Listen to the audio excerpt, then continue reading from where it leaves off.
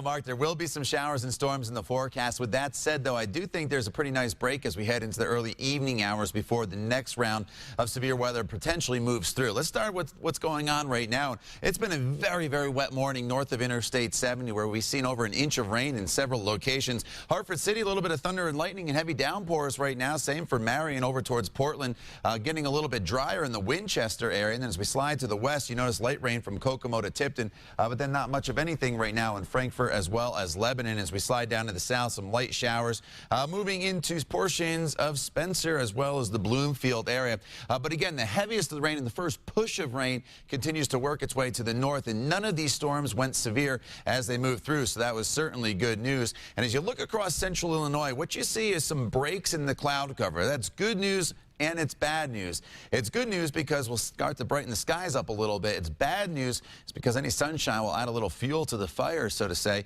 as we head into the afternoon hours. And you see some storms in central Illinois already starting to flare up, and in eastern Missouri as well. The cold front itself is still well off to the west, and that's what's going to come through as we get closer to the midnight hour. Now, any storm this afternoon, whether it goes severe or not, will produce locally heavy rainfall, and that's the other issue we're dealing with, and that's why this flash flood watch is in effect all the way on until 4 a.m. tomorrow morning. And we had numerous flash flood warnings yesterday with the storms that went through. And these rainfall totals really don't jump out at you as super impressive. Yes, it's well over an inch in northern locations, but this is the rainfall potential in a very short period of time, and that is why those flash flood warnings are in effect. So here are your weather headlines.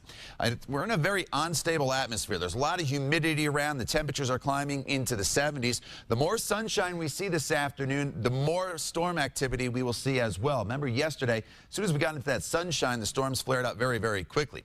The main afternoon threat will be isolated storms with hail and wind the main threat. And then as we get into the late evening hours, it's more of a line of storms that comes through with the cold front. And that will be more of a wind threat than a hail threat as those storms potentially move through. And the Storm Prediction Center still has us under the enhanced risk for severe weather. So storms are spotty throughout the afternoon hours with a little sunshine mixed in. Here we are, 6 o'clock. The Indians getting ready to play. You notice again, not a whole lot going on before that line of storms moves through late tonight, early tomorrow morning. And once the cold front does go through, that's when we will see the end to the severe weather threat. Pretty dreary look from downtown right now. The temperature sits at 66 degrees. Winds out of the south-southwest at 11 miles per hour. There's a little more sunshine and not as much rain.